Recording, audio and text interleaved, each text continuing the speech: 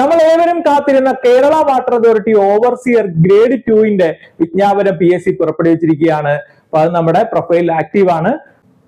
അപ്പൊ ഇതിന്റെ category number നിങ്ങൾ ശ്രദ്ധിക്കാം, 548/2025 ആണ്. കേരള വാട്ടർ അതോറിറ്റിയിലേക്കാണ് നിയമനം. നമ്മുടെ പോസ്റ്റിന്റെ പേര് നോക്കിയേ, ഡ്രാഫ്റ്റ്മാൻ ഗ്രേഡ് 2 ഡയറക്റ്റ് റിക്രൂട്ട്മെന്റ് ആണ്. സ്കെയിൽ അപ്പ് നോക്കിയേ, 31,100 തൊട്ട് 83,000 വരെയാണ്.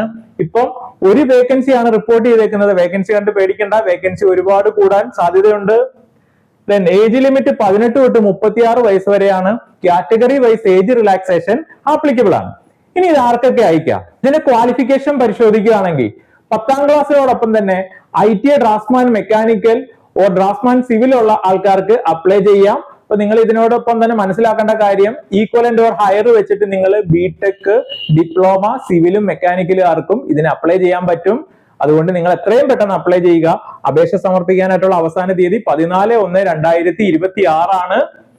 പിന്നെ ഇതിന്റെ പ്രീവിയസ് അഡ്വൈസ് ഡീറ്റെയിൽസ് പരിശോധിക്കുമ്പോൾ അന്നത്തെ കാറ്റഗറി നമ്പർ 485/2020 ആയിരുന്നു.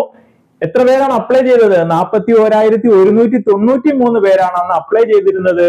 പരീക്ഷ നടന്നത് 31/7/2021 നമ്മുടെ റാങ്ക് ലിസ്റ്റ് നിലവിൽ വന്നത് 27/7/2022 മെയിൻ ലിസ്റ്റിൽ 598 പേരായിരുന്നു ഉണ്ടായിരുന്നത്. കട്ട് ഓഫ് മാർക്ക് നോക്കി 72.33 ആയിരുന്നു കട്ട് ഓഫ്. ലാസ്റ്റ് അഡ്വൈസ് നടന്നത് 26/7/2025 ഇതുവരെ 503 നിയമനമാണ് നടന്നിരിക്കുന്നത്. റാങ്ക് ലിസ്റ്റ് തീർന്നിട്ടുണ്ട്.